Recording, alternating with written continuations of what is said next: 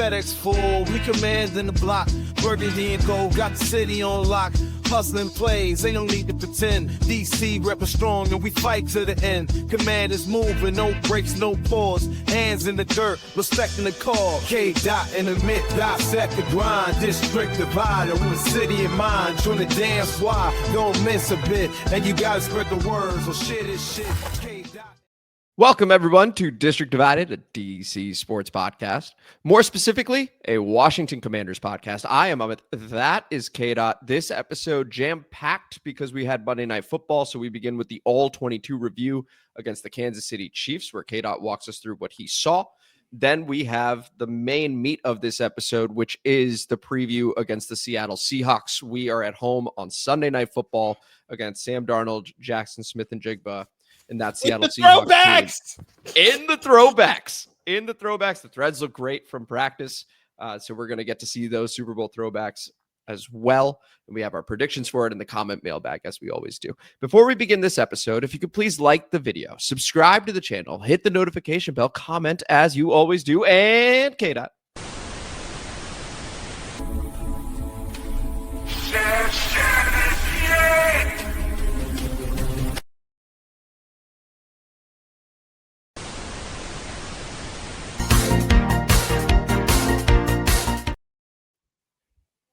Oh.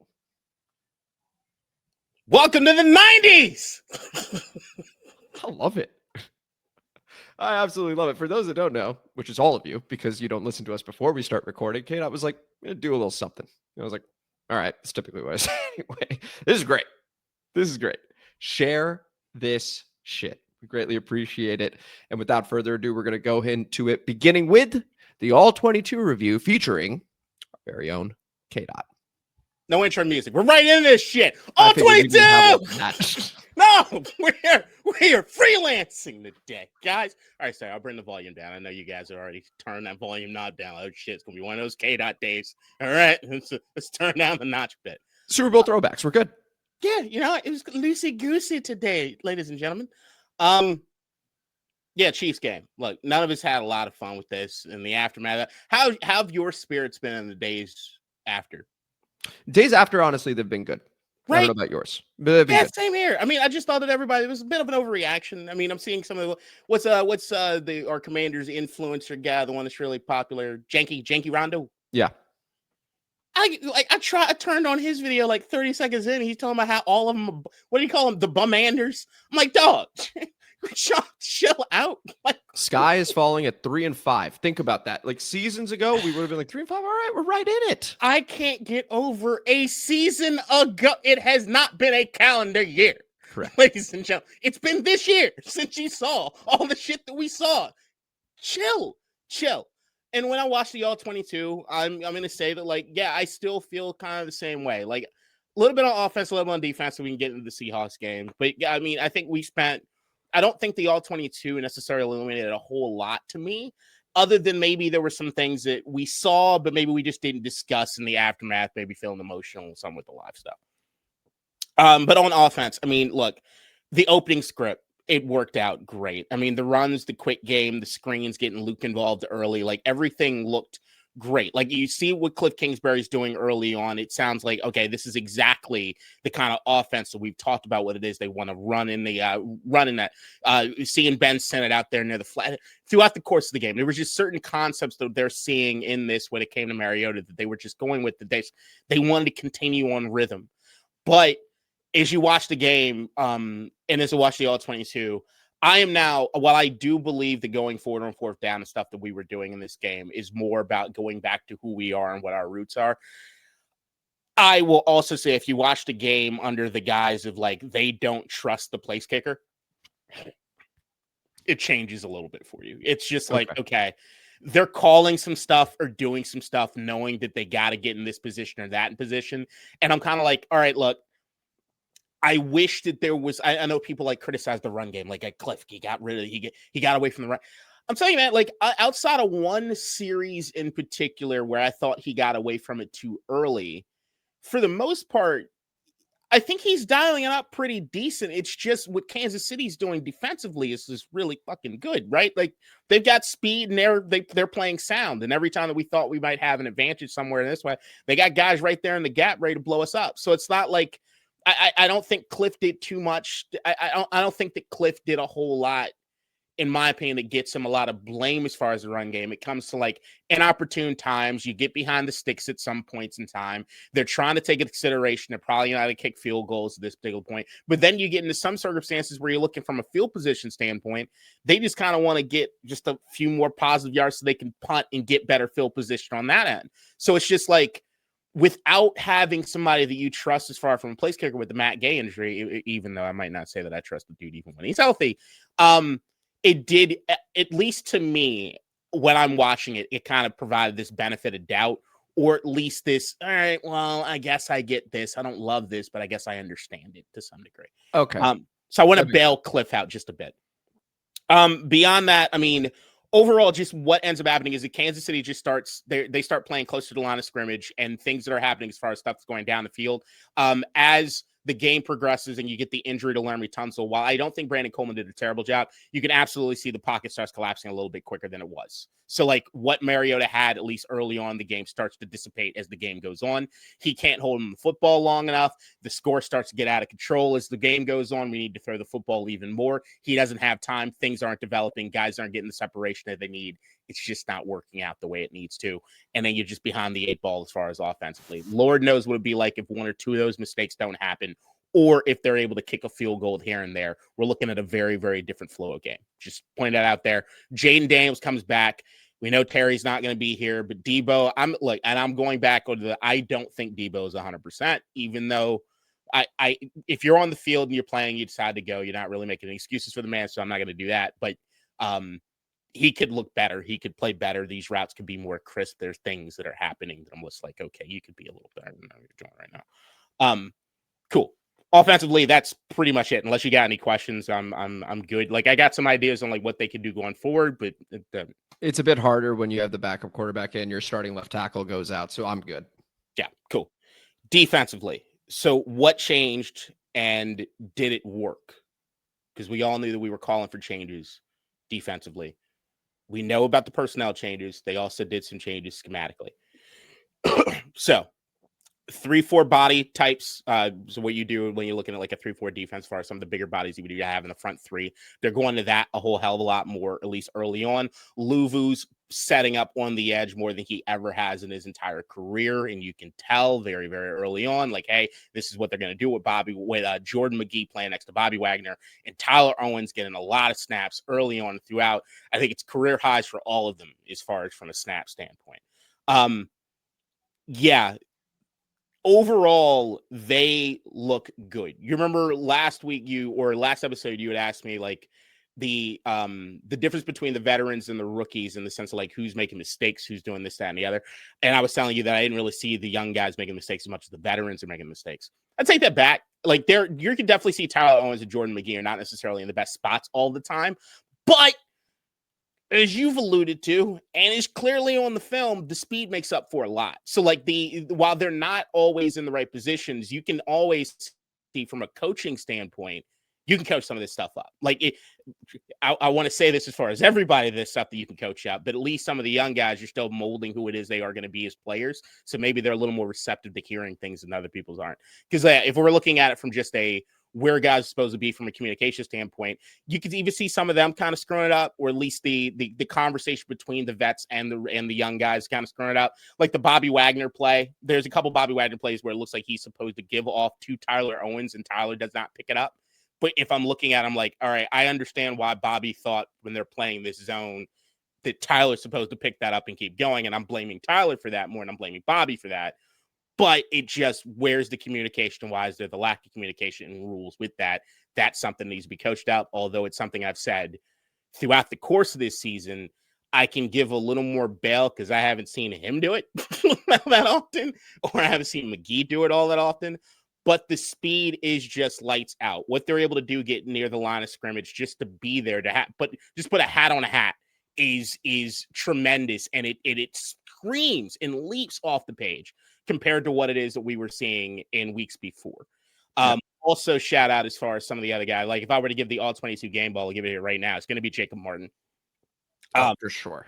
Yeah, dude was just he was playing lights out. Like the thing is, like you can see, I think I even saw a stat that like Deron Payne is getting less double teams than he ever has in his entire career so far going into this season. And the reason is that what Kinlaw's doing, what Goldman's doing, what some of these guys are doing is just being space eaters and being these power guys. It's like you can't commit all the bodies or all the weight to stopping these guys. So it allows some of these other guys to eat. So like if I'm doing something offensively and I got to look for as the Rolodex of guys, Deron Payne, Javon Kinlaw, Jacob Martin.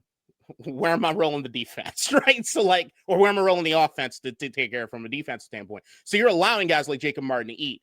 Even Frankie Louvu standpoint, you can see they're looking at Louvu. They're like, all right, look, he's doing something new, but we're not going to ignore this guy. We got to make sure we're taking care of this guy to some degree. And Louvu, just I think as time gets on, you can see him play with a little more reckless abandon than he has this season. I think as he progressive plan near the line of scrimmage, I think that's going to get stronger. You're going to start seeing Louvu think less and do shit just more instinctively. Now, if you say, okay, so what were they doing as far as like their personnel changes? One thing, they played a lot more zone than they did as far as man. A lot of the deep 2, deep 3, as far as safeties, as far as the zones go, just allowing things to kind of move underneath. Well, they play the zone to allow when they're playing a lot of man stuff. You got an offense that might do some of the short game or might do some of the run game. Their eyes are not in the right place. That's where you get a lot of the mistakes that happen as far as some of the short plays turn to big plays as far as us goes, right? So with the zone, they're able to keep their eyes on the quarterback, keep their eyes down near the line of scrimmage. And because of the new speed that's there on the defense, they're able to play closer to the line of scrimmage and do things like that. The problem with playing zone that much against a team like Kansas City and Patrick Mahomes is that the only way that works is if the pass rush is getting there. Because if the pass rush is no longer getting there, you have Patrick Mahomes, who's the best off-script quarterback maybe in the history of the NFL. And that's what happened over the course of the game. Like the second half in particular. It's just what happened over the course of the game. Is the pass rush was just a hair too slow.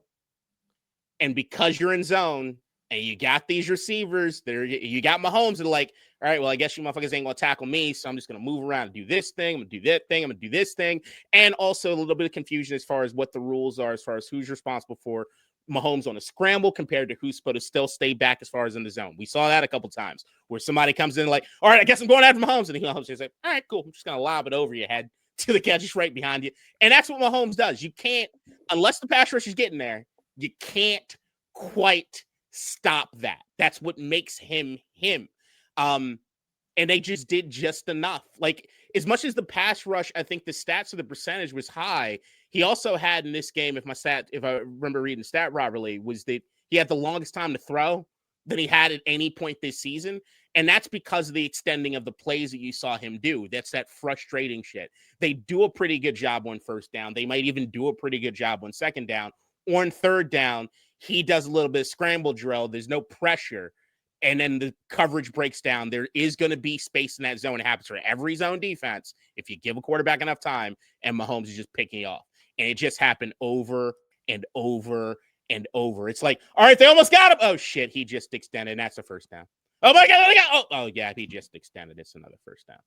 And it just happened over and over and over. Yeah. And that's why Mahomes is Mahomes. I still appreciated the first half. And then, like, to your point, it's too much to overcome. Eventually, an adjustment's made. Pass rush slows down, as is natural over the course of a game, especially when you're as banged up as we are on that defensive line. There you go. And that can happen against the best quarterback in the league. And that's what it boils down to. Like that's all it boils down to as far as from the defensive standpoint is that they did a good job overall defensively. Where they got beat is when the structure breaks down, when the plays just extended too long because they haven't ended it. And there is no one that's ever done it better than that dude. Yeah. I liked the snap counts I saw from Jordan Magee. I think he played 84% of snaps, and Tyler Owens wasn't that high, but he was up there as well in terms of his snap count. The one little thing that registered for me is because Joe Witt speaks on Thursdays. And last Thursday, entering the Chiefs game, he had also mentioned that Kane Madrano was going to get snaps. Yeah. He ended with 0. Yep. So just something to note when we're hearing Joe speak, when we're hearing Cliff speak, is that just because they say something doesn't necessarily mean that is going to happen. But he was right about Jordan Magee. He did say Jordan Magee was going to see the field, and that absolutely happened. To the point that I think there's an. Go ahead. I'm sorry. No, go ahead. Go ahead. Feedback. It's the like the Wagner question, right? Like some people ask, like, why is Wagner still on the field at all? He's still probably overall your best defensive player. Like if we're looking at just like being able to diagnose and be in the right spot at the right time, we all seen the mistakes, and the mistakes are glaring, especially in coverage, right? But when you got a Jordan Magee next to him, Wagner also leaped off the page at certain points in this game, especially against the run. He was everywhere, and there were some chase downs and stuff. Even the one where he pushed Mahomes out of it. Did you see the beeline he made to Mahomes on that? Like he looked good at certain points, and that's the thing is like there's nobody on the defense that probably is probably asked to do as much as he does. So then the mistakes look so glaring, and that's just an age thing. But as far as like not fucking up like what gap you're supposed to be in, you don't necessarily see that a whole lot of times from Bobby Wagner. He's still probably your most surefire run defender overall as far as meeting a running back in the hole. Oh yeah, I mean we're also in the social media era of you get 2 clips on a guy and all of a sudden it looks like he's completely unplayable, he's useless, he can't do anything. And we also got to realize, I know we talk about quarterbacks entering their sophomore year in the NFL and now there's film on them. We got film on our defense as well. Of course. And what we like to do with Bobby, what we like to do with Frankie, how they react to certain things. And these guys make adjustments. They have made adjustments. We're more banged up. It happens. And that was pretty decent in the sense of like, because of the way that they were utilizing Luvu and Wagner, you did see a difference as far as something that we don't necessarily show on tape this far this season. But the Kane Medrano piece was where I brought up the Bobby Wagner at all. You don't want Bobby off the field. As much as it pains people to hear this at certain points, you just don't necessarily have anybody better than him overall. So like, you look in that situation, you're like, all right, you want Kane Medrano to get snaps. So that would mean, all right, does Magee start slitting snaps with Medrano instead of having like a Magee Medrano situation out there on the field?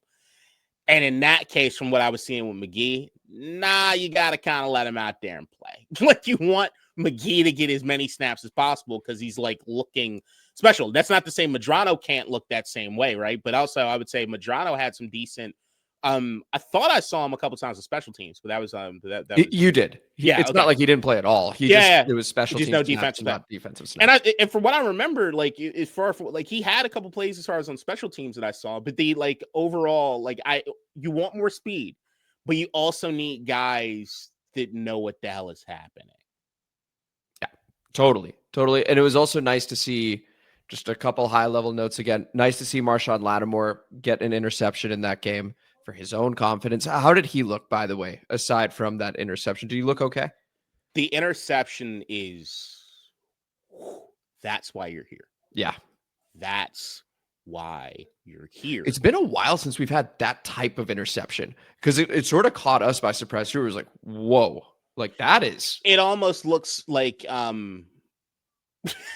Forrest Gumpy in the sense of like, just he's there. It looks too easy to one degree, but then there's also like there's some instinct there, and it goes back to what I'm saying as far as like I know what they're asking as far as some of the zone, and I know that when they play zone, especially compared to man, sometimes they like to give a little bit of cushion so that they can start crashing down. But Lattimore getting more time as far as on the inside at some points, and also Lattimore playing near the line of scrimmage. I'm not going to stress that more. I have to continue to stress that. Lattimore is much better as a press corner than he is playing off the line. And he gets out of his head less. And you need to have those moments. I saw in this game, he looked so much more instinctual than he usually looks. And that's awesome to me. Every once in a while where I saw it, almost like he was fake it till you make it territory. And you see the personality switch immediately when something goes bad again. And like, I didn't necessarily see that in this game. That's excellent. Any other thoughts here before we move to the preview? Just defensive. I think overall, just if I'm going to look at offensively, just real quick for a second, they gotta get some of this screen game stuff going a little bit better than they are right now. And just, I think, like, there should be some rules in place. Defense does this, we do this to respond, regardless of how anybody thinks about it. It's not to be clever, it's not to do anything, keep a defense honest, right? They're blitzing from this side, throw the ball right there to them as far as the blitz beater. Like, we've got to start answering with some of this stuff. And for the first time this season, I saw Ben Sinnott get used in a way that I wanted him to. And all I got to scream is, why am I not seeing more of this? Yeah. No, it was nice to see Ben Sinnott get that catch and run. It can be easy at times, right? Like, you just little peel out. Travis Kelce did it at one point where he was blocking for about 8 seconds and then just rolled out and boom, that's it. You could do that. And hopefully we see more of the younger guys continue to feature. Which, another thing I know I brought up a few weeks ago, and I didn't have confirmation on this. I know I heard Logan Paulson talk about this, but I feel as though with every week that's going on, it's feeling confirmed for me. Zach Ertz is doing his own thing.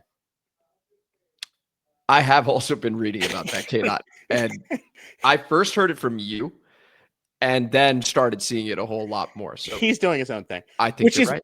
Which is why I think sometimes people get frustrated as far as like the spot of the football, like as far as the like him with the line, the first down markers. Oh.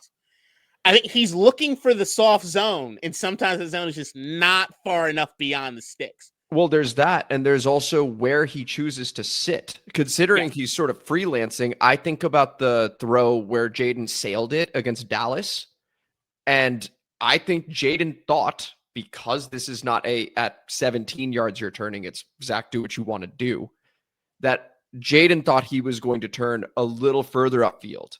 And instead, it's short, it's sailed. They're like, Jayden, what the hell are you doing? But I think Zach is not – Zach, I think this is where it comes down to, is Zach capable of doing it, or what did they ask him to do? Because it feels as though Zach's responsibility is safety valve, not first down getter.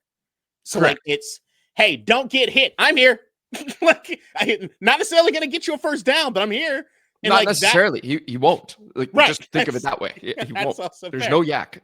But there just feels like there's a little more meat on the bone for that. Or, hey, can we get some of these other guys to start running some routes? And I get that maybe they're not going to give anybody the sort of latitude they're going to give Zach Ertz. And I understand that. They shouldn't, as far as in the tight end room. But there are some things that we can do to generate some more of this stuff near the line of scrimmage. And I'll give you that.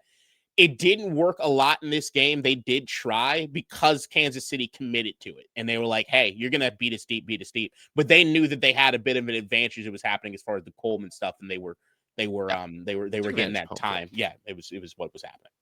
All right. And so this was the all 22 review featuring our very own KDot. Yeah, there we go. We're just right. Perfect. We're done. All right, great. I was wondering what we would do there. All right, so now we move on to Sunday. I couldn't find any 90s catchy music to do the thing, and I thought it was too big of a leap. Seattle will be in their throwbacks as well, by the way. So this is a full throwback uniform night. It's going to be pretty awesome to see. And so once again, that is Sunday Night Football, 8:20, NBC. If you got YouTube TV, you still have that. And so now we're going to go ahead and set the context for the game. The 5-2 Seattle Seahawks, by the way, against 3-5 Washington Commanders, in the form of the injury report, as we always do, beginning with us. The big name over here, well, two big names. Terry McLaurin seems to have re-injured his quad. He is out for this game, ruled out very quickly on Wednesday. Obviously very frustrating. Dan Quinn said he's hopeful that this is not a long-term thing. He does not anticipate it being a long-term thing, but truth be told, we don't know. Doesn't sound good. And the other big name is Jayden Daniels, which, if you were to believe national media reporters, was definitely not going to play this game. And well, if you listen to us, you knew he was probably going to play this game. And as of right now, we're looking correct. We will see when the final injury report comes out, but full participant through 2 practices thus far. The anticipation is that he will play. Now let's go ahead and look at the other side. KDot, the Seattle Seahawks. Julian Love is the big name to look at with the hamstring. He is a starting safety for them. You'll remember him from his New York Giants days. Outside of that, this team is coming off the bye. They are very, very healthy. That's basically all I have over there, KDot, looking at those other names. This is a healthy unit for Seattle, and they are 4-0 on the road so far. It's a good team. It's a good team that we're going to be playing. And so with that, why don't we go ahead and begin the breakdown with our offense, likely featuring Jayden Daniels against this Seattle Seahawks defense that is been so good this year so far. We'll get into some of the advanced stats and some of the individuals as well. KDot, over to you. What do you think we can do well against this defense? What are you looking to exploit, and what are you worried about? Floor is yours. Worried about everything. Mike McDonald, love you, dude. Like we awesome. talked about him as a head coaching candidate for us. Remember Joe Hortiz, who's killing it out there in LA? And those are my guys, man. Those are my guys.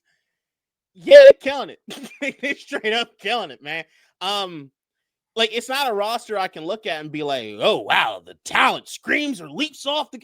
No, they just play good football. Like, they all just decent players, and they play good football, and they put them in primary situations. You see what happened in Baltimore beyond these last 2 weeks. You kind of like Mike McDonald. You're a bit of a genius, son. Yeah, I like somebody told me once that he was the Sean McVay of defense, and I was like, I like the sound of that. Cool. And that's what he's doing. Like, if I'm looking at like where it is, if there were opportunities or anything that I was looking at, like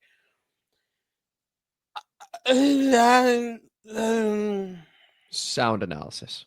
It's, dude, I'm sorry. Like, all right, look, man, I made all these goddamn overlays, so I did not spend as much time on the Seahawks game. But every time I tried to find an in on, like, usually the way that I go about breaking down this, as far as for me and the way I go my notes, is I try to figure out, all right, how am I going to tackle this? And usually the way to tackle it for most of the episodes is, this is what they like to do. This is what they do well. This is what we want to do, and where it is can we fit in to get that done. I didn't see any leaks necessarily find my way in. I didn't find that exactly. I mean, to me, it feels as though you just got to kind of stick to a particular type of game plan. I think from us, like, the most success that we have offensively that I could see on paper is the outside run compared to a lot of the inside run stuff. And the only way you can get the outside run stuff is if you start running inside a bit. So, like, I want to see a commitment to the run game, and I want to see a commitment to the run game that looks all-encompassing and looks as though it's something that Seattle just can't anticipate. They're great on first and second down. Like, they're great on damn near everything if you're really looking at it from an analytical standpoint. It's like, I mean, look, man, you're the analytical. Fuck it. I'm just back out for a second. What do you see? Because I didn't see anything. Sure. So let's start with their strengths, because it's important you know about this. And I think this happens with some West Coast teams, is you just don't really see their games as much. Maybe you see them sprinkled on Red Zone, but your game of the week is typically, just with the way the money works, it's the Dallas Cowboys, right? So you end up seeing them at 425 instead of the Seattle Seahawks. So you don't really see these guys. They're number one against the run. We'll start there. They give up to running back specifically 3 yards a carry. That is incredible. And then in the EPA per rush, that is also expected points added against the rush, also number one, right? So even punching it into the end zone, that's where that comes in. The points added, they're not really giving that up either. They are the team that gets targeted the most to that running back position, though, in the passing game. So there is a little bit of something there. And I'm not thinking about Bill in that context.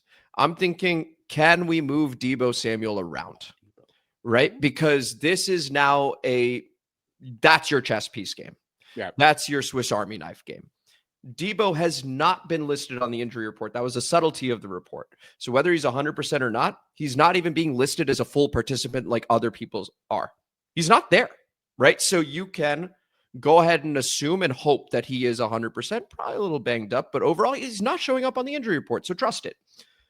He needs to be used as a running back at times, not necessarily carrying it, but just getting the matchup that allows you to use him because Jayden trusts him, right? That's where we get to the next level of this.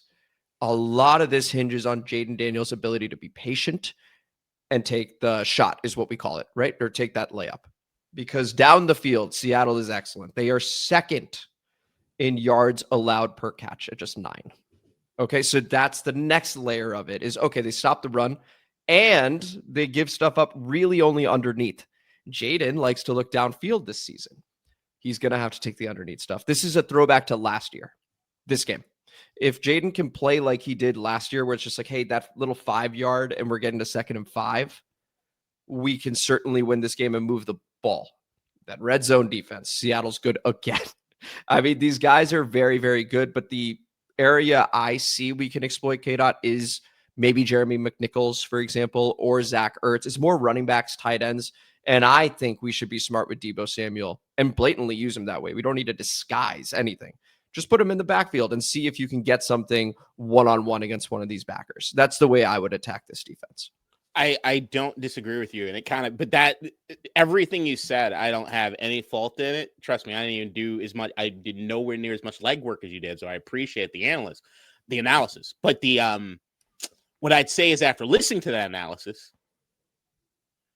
we should be doing the things we haven't done well this season against this team to get a win. Yes. And it's like, so it's, yeah, I mean, the things that are supposed to make us sort of special is the unpredictability of where it's happening. You got a defense who's going to play base. They stay in their base defense. They don't blitz much either. They're in blitz, zone they got 85% of the time. High pressure rate. They don't have to blitz. They know what they're doing. They stay fundamental when it comes to defense. So when you see that, what does that mean? It means it's going to be hard to come by on certain things because they do everything well. So what do you got to do? You got to trick them. Right? And you got to be patient because the moment you start getting impatient is the moment you're going to turn the ball over. It's the moment mistakes start happening, right? Or the moment you start to just turn the ball, having to punt. Like, you got to stay fundamental with this. This to me is like, this screams RPO. Screams RPO. Jayden, dog, do it right. I'll also say this. Sorry to interject. Please. When Jayden's reading it right, that's when you see the sort of unstoppable offense. But so far, it's not been read correctly. Go ahead. He's right now, I think that I saw on RPO runs, he was averaging 5.5 yards a carry last year. It is down to 3.3 yards a carry on this season. It's not great. It's not that mismatch. Those 2 yards is a world of difference when we're talking about an average, right? So like, yeah, man, this is where it comes down to like everything that I've been talking about week in and week out. The opportunities I see on the all-22, the opportunities I see on some things offensively, which is like, you have guys that I think you got dudes that I think could be playmakers if they got the football in their hands. Even Jeremy McNichols at a certain point, she's just like, dog, just give him the rock a little bit more. Like, he seems like he's feeling himself right now, right? Or you see the Ben Sinnott play. When I see that Ben Sinnott play, I'm like, why don't you feed him again? When you see even John Bates, like, slow ass, run down, and you're like, do that again. Do something, or at least threaten it again. Because if I'm a defense and I just saw that, I got to pay attention to that again. So, like, what are we doing? I don't see the tight end screen game at all on this offense the way I want it to. The Deebo Samuel thing, I know that, like, even though I was watching the Thursday night game, I think Deebo's like the second most targeted guy out of the backfield. And then also, if you look at some of the Deebo's lined up in the slot more than at any other point in his entire career so far here in Washington. There are certain things just offensively that, like, okay, I like that concept. I like that you're doing that idea, but can we jazz it up or make things a little unpredictable with that? Because it does seem as though you're right for that. Just do it. And if there's any defenses, like, hey, if you're going to stick to something and then try some things, if you get those second and short sort of situations because you're playing them, but then those are like your time that Cliff can kind of get in his bag, right? Like, that's what we're looking for. Those moments that Cliff can, if you get yourself ahead of the sticks, you can start really playing with some things. And I do think that Cliff sort of waits for that. I think that Cliff gets a little scared at times, but then I think there's the lack of consistency. He gets scared at other times, and then there's sometimes where he's forcing the issue, and it's like, that's not the time to do that, man. There's just an imbalance that's sort of happening on offense that we can kind of get to. But yeah, this does not feel like the game that you're going to give Bill 20 carries up the gut and expect something good's going to happen. It probably won't. I am curious about how Seattle handles all the no huddle, though. This will be the fastest team that they've played against so far. They have gone against some slower offenses. Just a wrinkle. I don't necessarily buy stock into it because I do think quite highly of the Seahawks defense, as you guys should as well. Just mentioning some of the people. Ernest Jones is the name you're going to look out for the most. 59 tackles on the season, which is a modest amount. But then when you see that the next highest is Kobe Bryant with 35, like he is the guy that gets the tackle typically. He also leads them in interceptions at linebacker with 3. So that's a name you really want to look out for is Ernest Jones. Go ahead, get up. I actually think this is the game where I'm going to kind of lean back out of the no huddle a little bit more than we have. I get the no huddle from a personnel standpoint, like you want to lock Seattle into some fronts. But once again, they play that base defense so well that I'm like, to me, it's more about like getting their guys in the right position, right? Like the no huddle stats for this team are insane. Like I think we're 3 times higher rate than second place. It's unique. It's nuts. Okay, this is like Chip Kelly on Adderall. Like this is some nutty shit. But even when I'm saying that, like there is still the no huddle's one thing.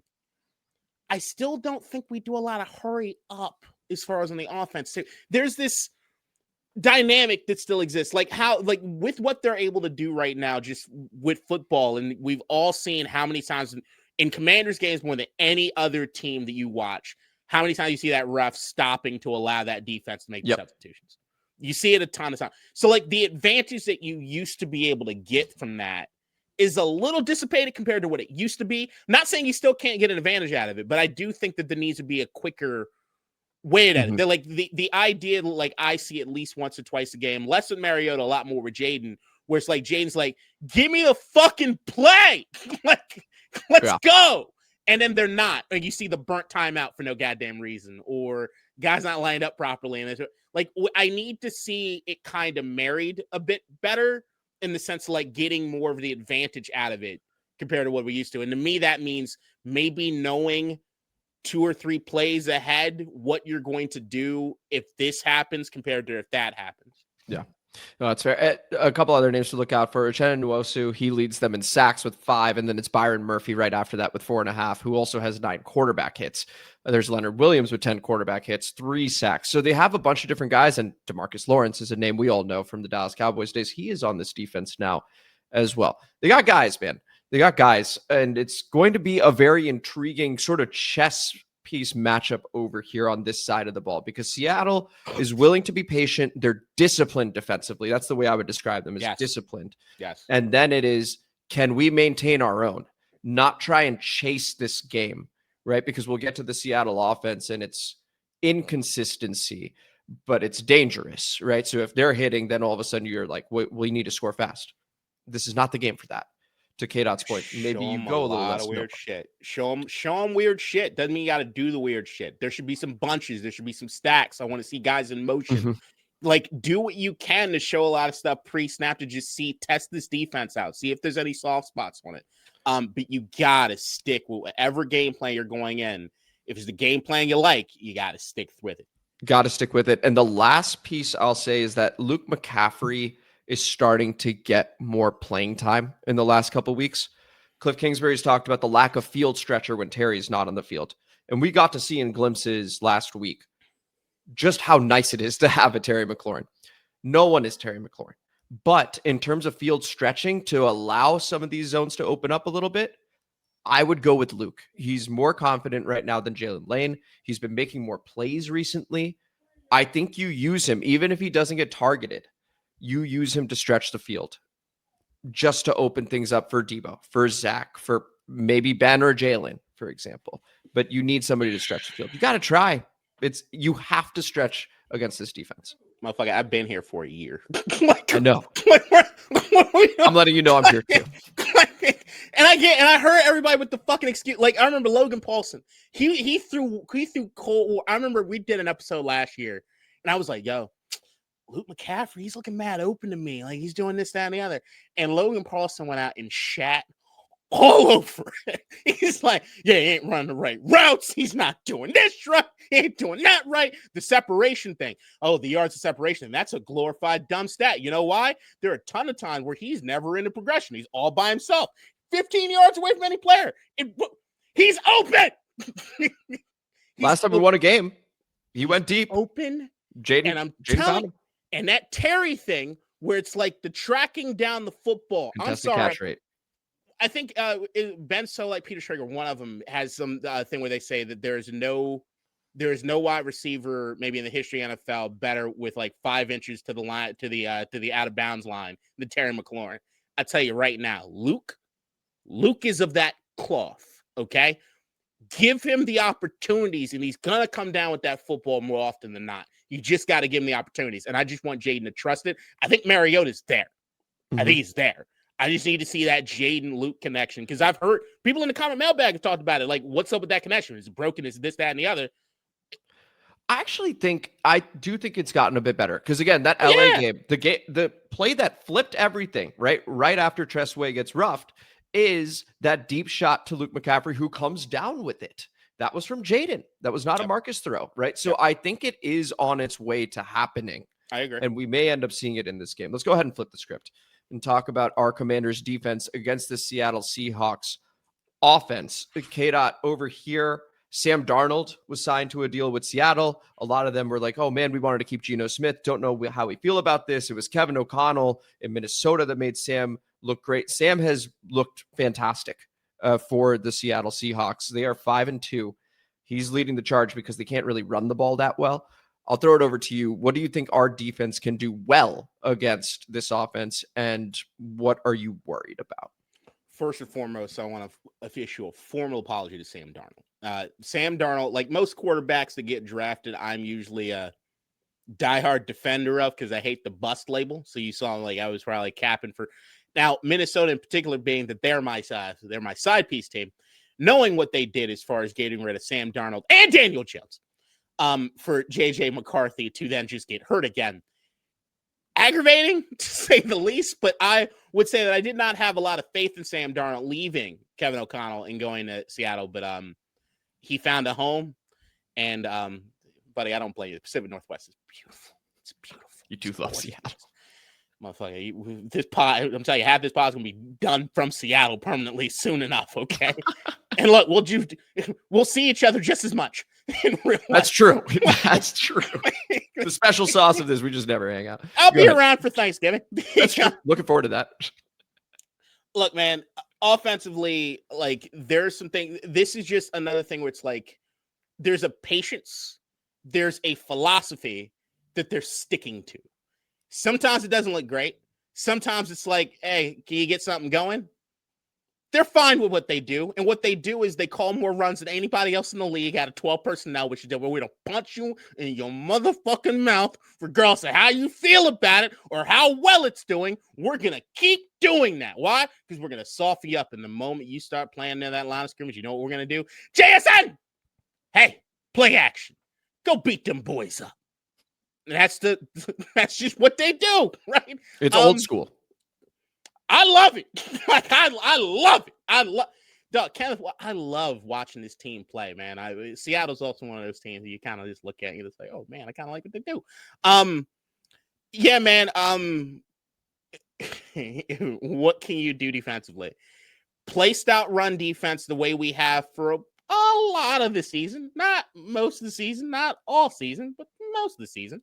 And you're hoping that's the case with Jordan Magee in there with the speed element that's going to happen. Maybe the communication happens a little bit better between the guys. So you do that. That's your primary thing. You got to stick to that. You can't let if the rushing attack is just whooping your ass, then long day, gentlemen, just long day. You got to do that. And then the other thing is basically stop JSN. And like, that's got to be your focal point defensively, is stop the run, stop JSN. You do those things. Good things. Good things. Maybe.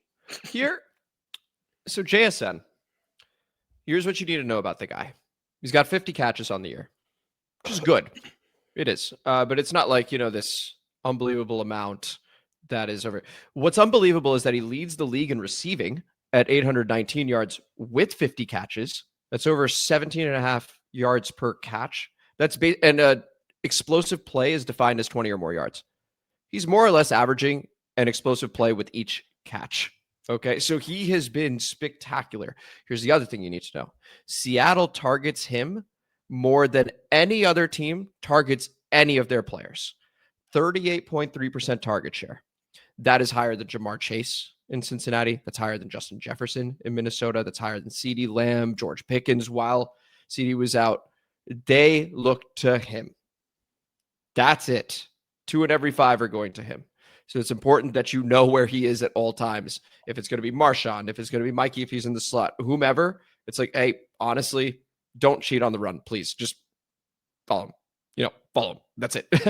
But he also has a unique skill set in that he is so good at identifying where in the zone to be, right? Because it isn't just man. He is a special player. We do need to find a way to limit him. Another little subtlety of the Seahawks offense. This one I'm actually pretty proud of because I haven't seen this anywhere, but I collect some data. I'm like, oh, interesting. Ken Walker, when he's on the field, they use him 57% of the time, and it's typically a run. Zach Charbonnet, when he's on the field, they use him about 33% of the time. A bit of a subtle tell that you are actually going to get a pass when Zach Charbonnet is on the field versus Ken Walker.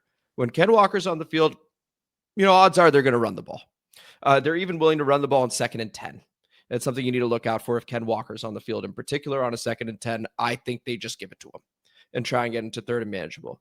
But if Zach Charbonnet is on the field, all of a sudden, a guy averaging 2.8 yards a carry, they don't have a whole lot of faith in him to do it. So, okay, there's your pass set. And they end up having around the same number of snaps over the course of the season. So it's not like he's the 3rd down back. They actually use them both quite equally, but it's a different type of play when one of them's in versus the other. So that's just a tell to look out for when you're watching these guys. The only other name I would say, it's not Cooper Kupp, it's AJ Barner, who's 3rd in target share. Like, they don't target him too often, but when they do, it's pretty good. So just a name to look out for that you guys probably are not familiar with. This team, though, KDot can be had. I know that Sam Darnold is playing well, but I actually do think that you can put him under pressure and he won't necessarily hurt you with his legs. And we've seen other people do that. The most rushing yards he's had in a game, 24. It's a bit of a modest total. And 3 of those games he didn't even run. So there is an opportunity to be able to contain Darnold and force him into a bad throw early on in that first half in particular, where you can get pressure. Their offensive line is consistent, but it's not necessarily great. So you can get after him early on.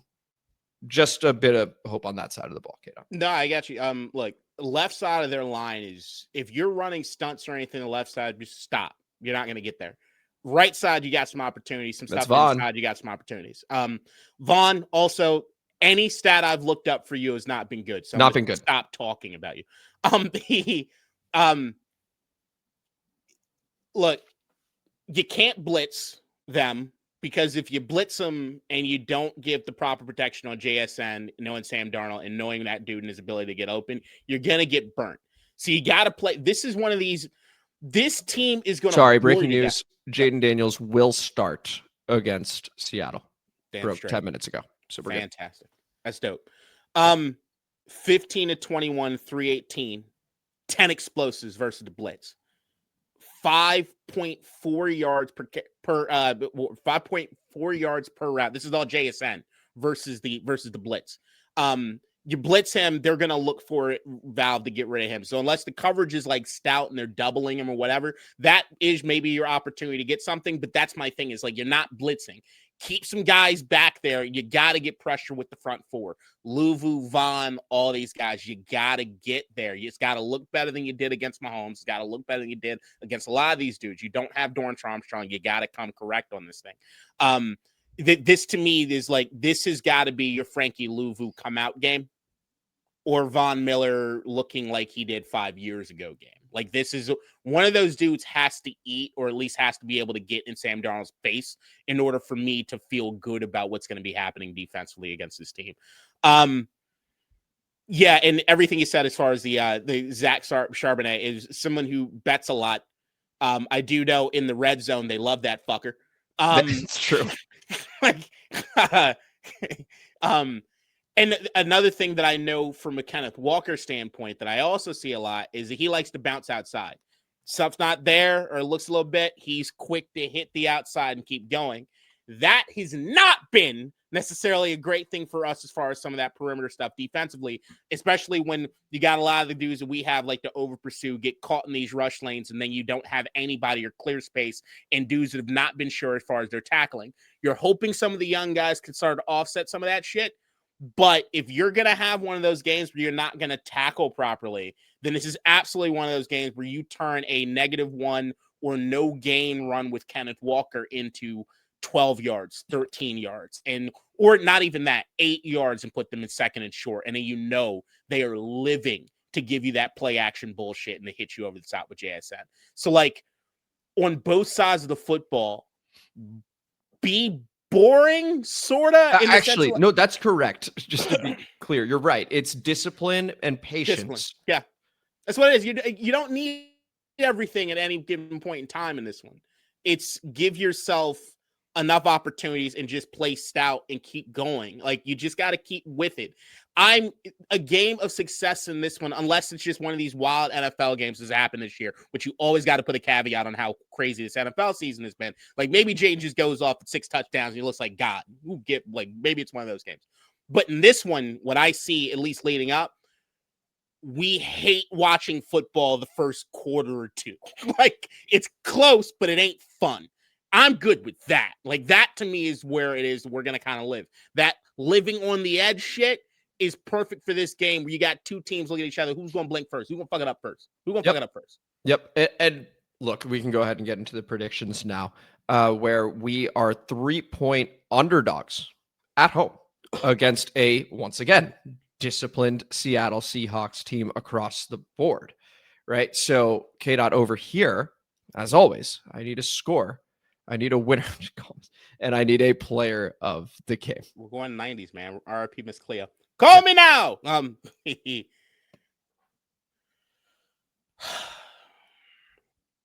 Like, my record sucks. I'm hoping it continues to suck. 24-20 Seahawks. Player of the game, JSN. I just think that specifically feels like exactly how it is we lose this game, is him beating us on this bullshit stuff. I'm not even going to say it's necessarily something that happens all throughout the game. It's just enough. The explosive plays and us not wanting to tackle sometimes, or us having the coverage bust, will be just enough where you can have a game that we're looking like, hey, we're in control. We might be able to win this thing going in the fourth quarter, maybe 20 to 14 or some shit. But like, if they're able to hit just one, and I almost think like that's a gimme. The idea that they could hit 2 of those is enough to me that ends up being the outcome of this game. I'd like to see more consistency from the defense through and through. I'm hopeful they're not able to run against this because of what we're having with the youth push on this, and knowing that from outside of the JSN component, hey guys, you got some opportunities to maybe flex your abilities just on a man-to-man sort of situation to take care of your responsibilities. They ain't that talented. You can do this. You could win this. You're wearing the throwbacks. The teams and everybody's excited. Do it. It's well within your ability to do so. But if I'm asking, do I think I've seen enough that you're going to be able to stop that play action JSN connection? No. So, okay, 24-20 Seahawks, JSN, your player of the game. I look at this as analytical as I can be, with a bit more of the vibes and temperature of the game. And so I see that we're at home on Sunday night. I see that, honestly, we've been pretty good at home. And the game against Chicago, we absolutely should have won. We gave it away. That's what happened. But I see what we're doing. We're averaging 28 at home. I'm feeling good about that. I see that Jayden Daniels is going to start. I see the vibes in terms of the Super Bowl throwback jerseys. Everyone's hyped for it. We're looking good in it. Those things matter to me. And I also think that they are going to go against a quarterback that they haven't quite gone against just yet in terms of the dual threat. They went against Kyler, but Kyler, I think, is limited at this point, just the way he plays. So I've got us winning because we also have a sense of urgency and that we need this. And I do think that we will get it. I think the final score is going to be something like 24-23. It's going to be nervy. It's going to be scary. JSN's going to do his thing. But I do think that this is your Deebo Samuel actually looks like himself and is able to take over a game when you really need him to. This is the type of game you traded him for. I know what he's done for the offense so far. There was an expectation that Terry McLaurin would be with him, and he's had to do other things. I think this game we just go, no, we need you to be the Deebo we saw in San Francisco in terms of how you were used there. You don't need to be wide receiver 1 today. We'll have the other guys do that. You are going to be a lot in the backfield. You are going to be in the slot. You are going to get end arounds. Like, this is the Deebo Samuel game to me. So 24-23 Commanders in a close one. I'd love to see it, man. Either Deebo or Luke McCaffrey having like the player of the game sort of thing, I think screams volumes of like, this will be a great one for us. Mm-hmm. Yeah, absolutely. The over under 48.5. So you and I both peak on the under on that side of things. And so with that, we go to the comment mailbag featuring an intro from our very own Nikki. Not quite. The Distributed Comment Mailbag is brought to you by High Sea Acto Cooler, their juice box of champions. Circuit City, where service is state-of-the-art, and Packagers, helping you build it right even when you're just rebuilding hope. I tell you what, I absolutely love all the throwbacks over here. Well done, KDot. Really appreciate that. And without further ado, we go ahead and begin the comment mailbag with Martin Collins, shout out, who is now commenting on every single video. And we thoroughly appreciate that, Martin. I'm losing my hopes. We needed Jayden Daniels. And so once again, the score was 7-7 at halftime. And I think that some fans would have been like, man, if we had Jayden, we win that game. I'll be honest. I think with Jayden, with Deebo and Terry, I think it's a tantalizing prospect that we do end up winning that game. I don't think we do in Kansas City. So I was more okay with the process of that game and how it looked early on. And then understanding the second half was just a difficult spot for the defense and offense. KDot, your reaction? It's watching all 22 and just in the game in real time. There was a lot of stuff that I was looking at that was like, wow, if Jayden was in there, he could have ran that, or he could have extended that play and make that thing happen.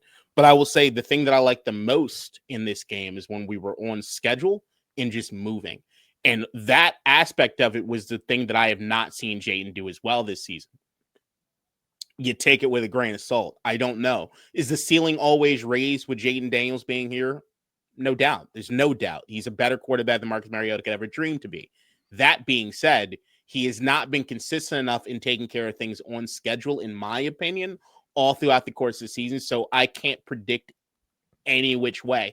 He might have been able to put those special plays together to get us some points, but I don't know if we're in those situations to take advantage of those in the first place. Yeah. Well said.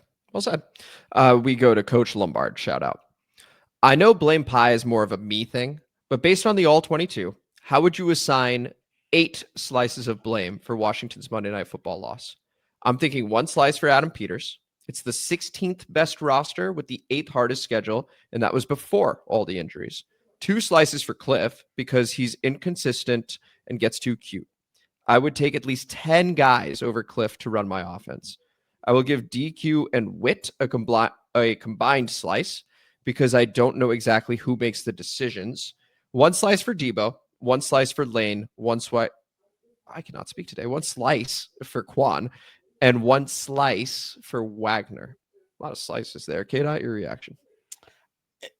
Breaking down the slices, I actually don't necessarily know if I disagree. It's one of those things where, like, everybody can take a little bit of this and kind of run with it.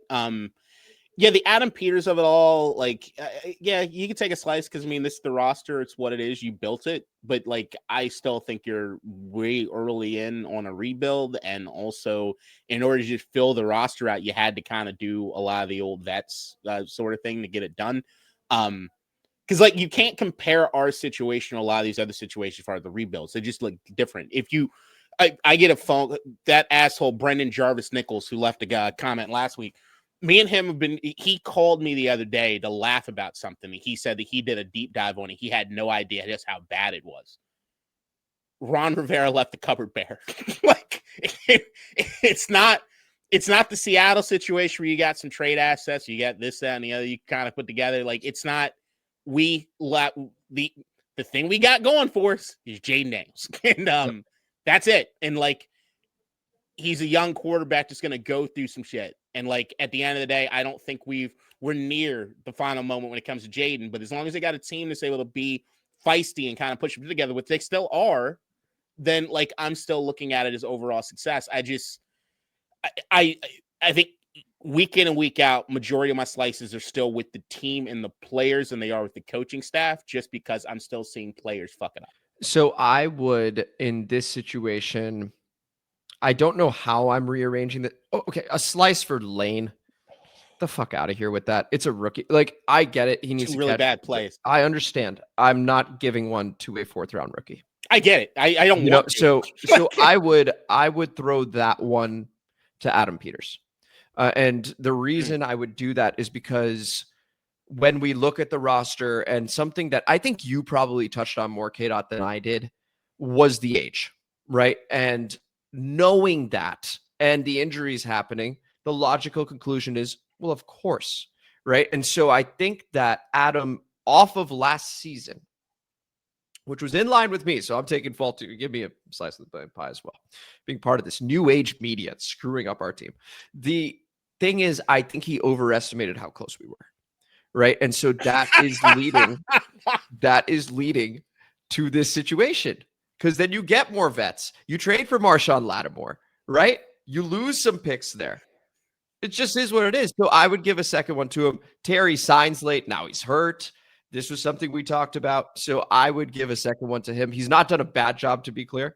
But in terms of that game, yeah, sure. Why not? All right, 6 slices of pie for everyone that thought we'd be in a fucking Super Bowl this year. By the way, because that's on video. And I got to say, though, KDot, hey, the Ravens look good. They've the prophecy. We win this game. Ravens schedule is we win this insane. Ravens schedule is just stupid. It's so stupid. Cakewalk City. So they're coming. And so are the Commanders. If they win this game, they need to win this game. I don't think you realize how badly we need to win this game. All right. We go over to Blood Clot. Shout out. The box is like the Bermuda Triangle. Any receiver routes that go through that area confuses the defense, and they're wide open coming out. Yep. Why is Bobby Wagner covering Rashee Rice? He's a Mike linebacker. And Jordan Magee completely blew a coverage assignment for a big play. The defense was pretty good the first half and then lost the second. I'm not sure why we keep running zone. There were several big plays where Mahomes just lobbed a pass to a wide receiver open with 3 distant defenders around him. Witt has failed this defense, but I do agree with one thing he said. The players are too worried about making the big play and trying to be the hero, ignoring their assignments and not cohesively working together as a team. KDot, your reaction? That's why you play more zone, because you got dudes that are trying to do that and freelancing and man and also not getting stuff right. There's no help. It's like it's over. The zone stuff allows them, like I said in the all 22, it allows them to look in the backfield a little bit more. It allows them to kind of read what's happening and play near the line of scrimmage if they need to sort of cover any of these under routes. The problem, as you said, as far as that inside of that intermediate being their Bermuda Triangle, basically, is they are terrible at knowing who's supposed to take what responsibilities and who to roll stuff over to. To me, that and I've talked about this earlier as far as Joe Witt and what the rules are. There should just be rules in place. Now, that I don't know if that's the case, and they're just not executing on those rules. Because, like I said, you got Tyler Owens and Jordan Magee in this game, and I'm like, all right, you guys just don't have a lot of experience, so I don't know, like, maybe you guys just fucked it up what the rules are supposed to be. I hate to think that Bobby Wagner's always the one that's doing it. There are a lot of times where it's like, I don't think Bobby's supposed to be on that guy. He's not on that guy. It's supposed to roll over to somebody else, and yet somebody else is completely somewhere else. Or sometimes when it comes to the zone thing that you have as far as the fuck up is with them looking in the backfield, they don't play disciplined enough. And now they start leaking from where it is they're supposed to be. You start seeing that stuff where somebody's playing too close to the line of scrimmage now because they're looking in the backfield. Mm-hmm. And now you got something that's wide open as far as near a first down marker or like the 10-yard zone. And if you don't get the pass rush there, that's going to be easy pickings. You got to work fundamentally throughout the defense to try to get anything generated. Right now, we don't have the playmakers necessarily to play man consistently and actually get anything good come out of it. They're kind of hoping for the defense to play holistically overall better without the mistakes, which to me doesn't feel like a tall task.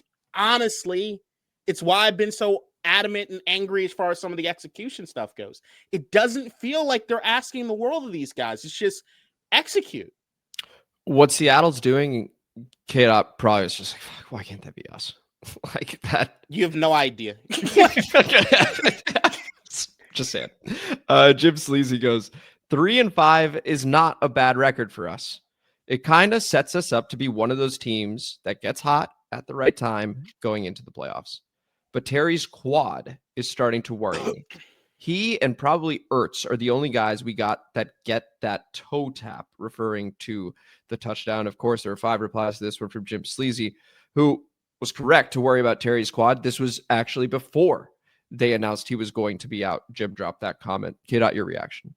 JP Finley had the list of Jayden, Deebo, and Terry, and how many starts they actually had all together compared to like what's been happening on this, and it's sad. Yeah. And this is where I'm now at a particular point in time where, as much as I did, dude, Terry snaps last week in the all 20, like you want to talk about, dude, that's what he is. He's special in that way, right? Tracking the football near the line of scrimmage, near the boundaries, like he's awesome. I am not counting on Terry McLaurin or looking at what Terry McLaurin has to offer basically the rest of the season with what's going on with that quad. I'm not factoring it into what needs to happen as far as what run we're going to make or not going to make as far as this team goes. So what I need them to do, and what I've been begging for them to do, is get some other guys involved to kind of make up for this shit. So Luke McCaffrey, yeah, your snap should be going up and they should be relying on you more. I see opportunities there for you. Take advantage of that shit.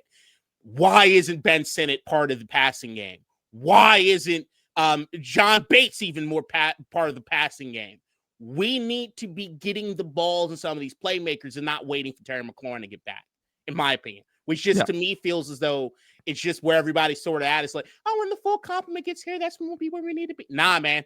We got to start learning. No, we just start doing shit. That's a very good point. The mental adjustment for us fans that, hey, we may not get to see that. Right. We don't know what's happening. Truthfully, Dan Quinn doesn't know, right? He said, we hope he'll be back, right? No one knows. Whenever you hear we hope, that is worrying language, right? If he was just like, hey, it's short term, just leaves it there. Cool. The we hope is like, oh boy, like now we truly don't know. Some soft tissue bullshit, hamstring, quads. It's that shit that lingers. It stays. It's a difference between if you're young, if you're old. It depends on how it happened to you. You never know. Oh, by the way, I will say this. Thinking about the game early on against the Seahawks, I wouldn't be surprised if they blitz early and they're willing to even give up 7 points just to check Jayden's mobility and his decision making. I would. If I'm Seattle, I don't always blitz. You're probably not preparing for it. I think it's okay. I think it's just like, let's see if he's even got it today. I think they'll be fine. First series, I mean, if you can get there with the front four, which is a possibility. It is a possibility. But if I'm not, I'm like, sure, let's go ahead and see. Maybe he'll, anyway. Rennell Winchester, shout out. I think 2 things led to the loss. 1, giving too much time to Mahomes at times and leading to pass coverage issues. And then 2, not getting Mariota enough time with the pass rush at times. Otherwise, I saw a lot of hard playing. And KDot had mentioned this, at least for Mariota, in the All-22 review, which is Laremy Tunsil played, 12 snaps? Doing that from memory. And all of a sudden, it's different. Like Brandon Coleman, I think, did fine, especially just coming into left tackle on the road Monday night, Arrowhead. Cool. But it's not Laremy Tunsil. It's different. So that's the Mariota piece of it. And again, the defense, I think got quite tired and the pass rush slowed. And that's how you get Mahomes with that much time and him being just the best at being off script, like you talked about, KDot. Dead on. Everything that came out of the All-22. That's it. That's what happened.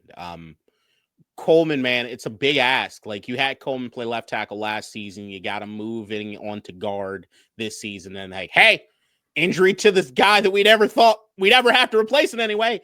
Go out there and do it.